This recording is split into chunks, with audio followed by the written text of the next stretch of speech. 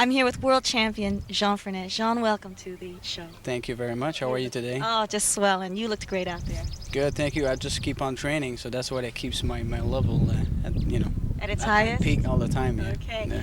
Jean, maybe you can explain to the folks at home the stretching that you had done. What I do basically is I do a lot of. I have videos out now, and I got a book coming out at the end of month of May. And what you can see in there is what I do for training, which is a stretching method with consistent pre-stretching routine, basic stretching routine, intermediate stretching routine, and advanced stretching routine. So what I do always before I compete and at everyday training is the pre-stretching routine and the basic stretching routine. So that's what you just saw on the video, and mainly it's floor exercise. And I don't bounce with off the muscles to stretch them. I just go stretching, hold it there to the limit, and then come back slowly. I think that's the best way to stretch the muscle. If you bounce, you warm it up, but you don't stretch it. Now, some of those stretches looked pretty deep for a beginner. How would you say that they would work into that? It's the same position, but at their own level. You know, it's the same thing. It's just if you can't do the split, it's no problem. But you hold it to your maximum. The most important thing you have to remember that is when you stretch, you have to go to your own limits. Don't compare yourself to your partner who's doing the split and everything. If you cannot do it, that's not right. You're gonna hurt yourself. The main thing is to go to your own limits. So you look at where you were today and where you got, and 2 weeks later where you are now, so you can make the difference in the progress you can see. Do you teach these routines to all of your students? Absolutely. That's what I teach every day. That's what I do. You know, if people was wondering what is you doing to be so flexible to be able to do those kicks, this and that, and also my student, because I got a lot of students on the circuit.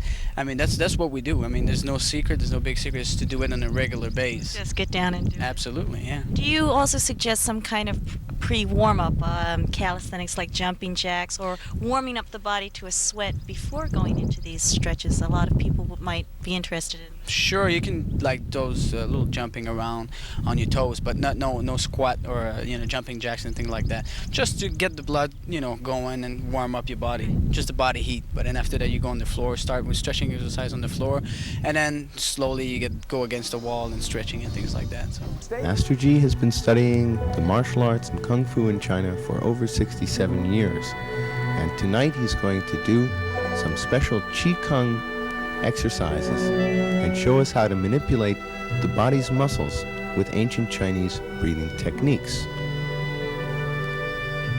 You are watching Master Qi and some of his students doing a Qi Gong exercise derived from ancient Chinese teachings.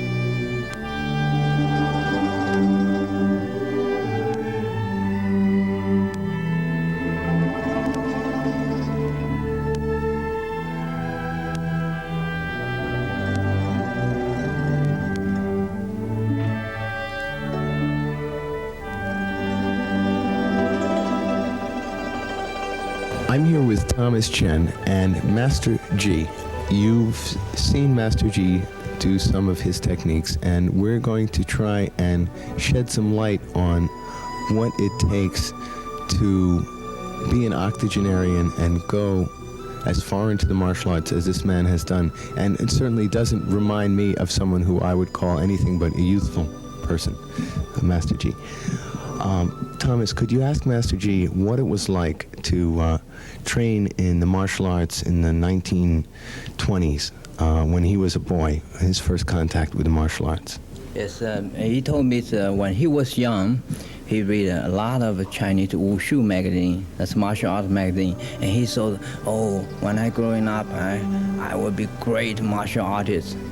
And then he was 13 years old, then he find a teacher, very famous teacher, and the teacher didn't want he don't want people know his name, but he take Master Qi, be his student, and teach him many things. Then that time he start, and Master Qi have two teachers.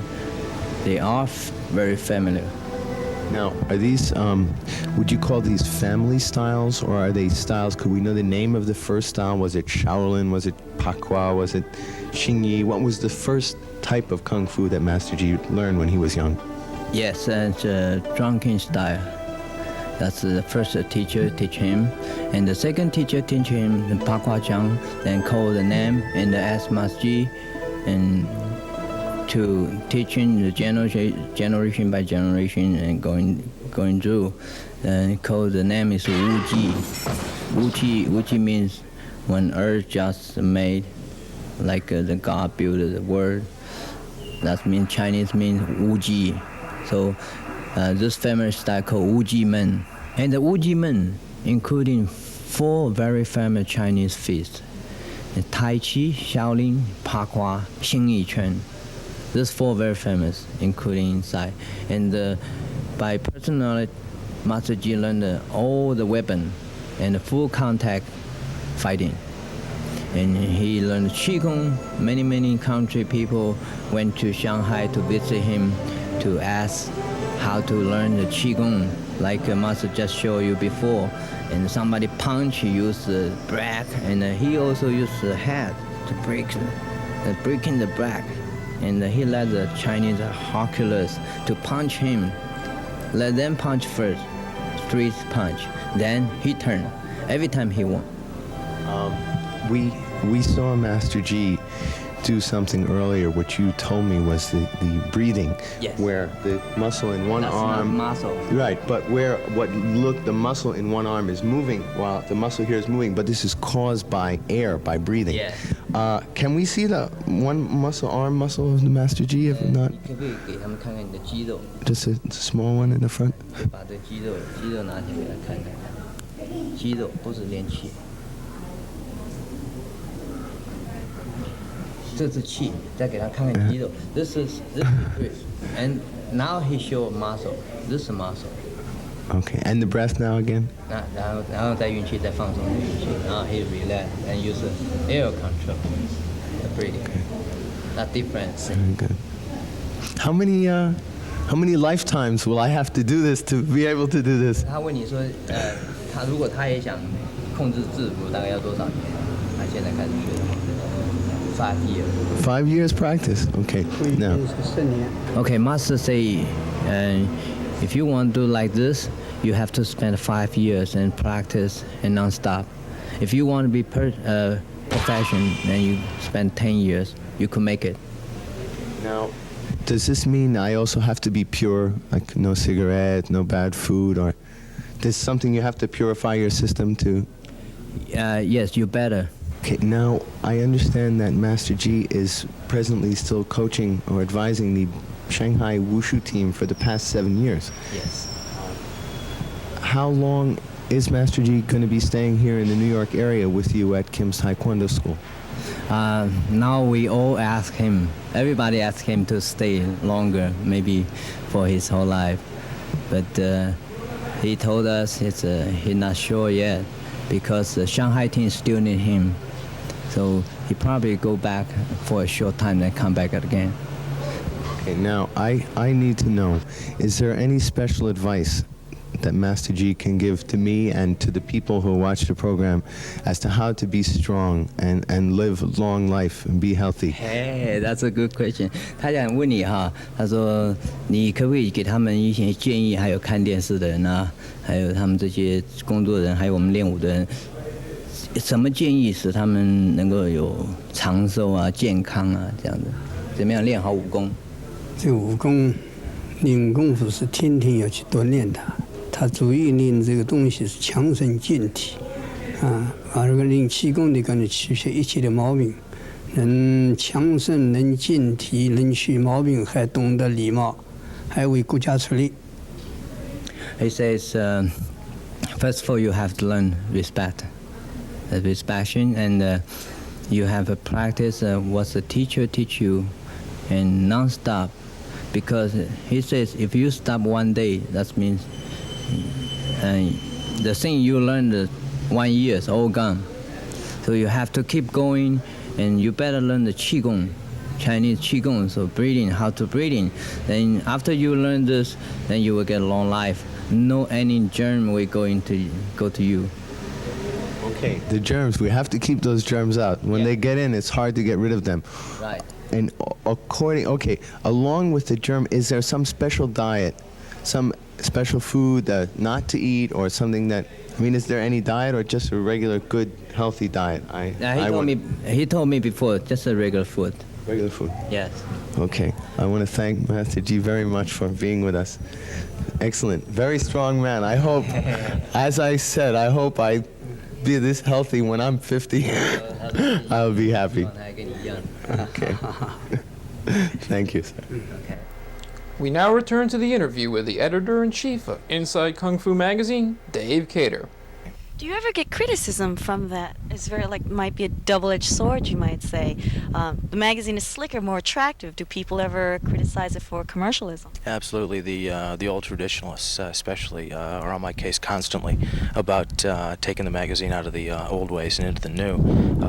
In fact, we've lost some subscribers because of that. For that reason, when I came 3 years ago or 4 years ago, my aim was to make it slicker and make it look more modern.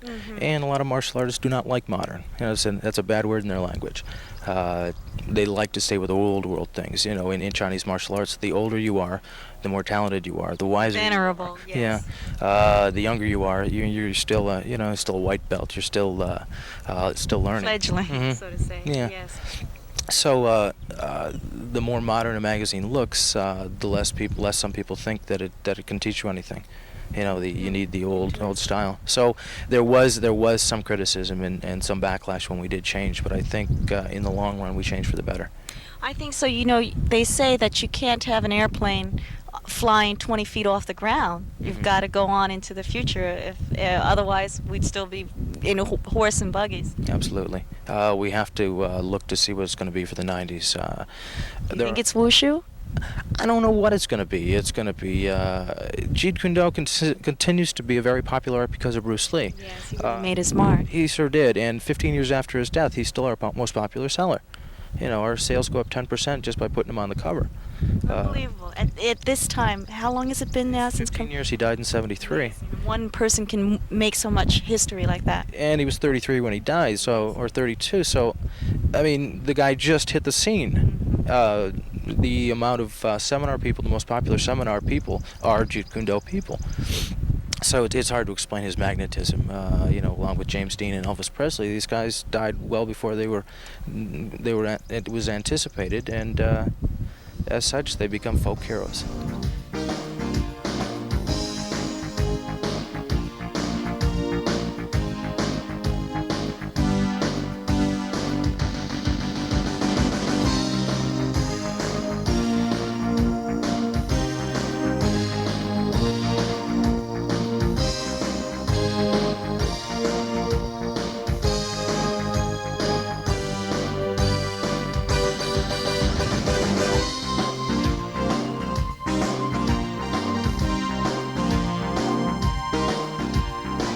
The martial art world is sponsored in part by Inside Kung Fu and Inside Karate, the finest martial art magazines available anywhere. Look for them today.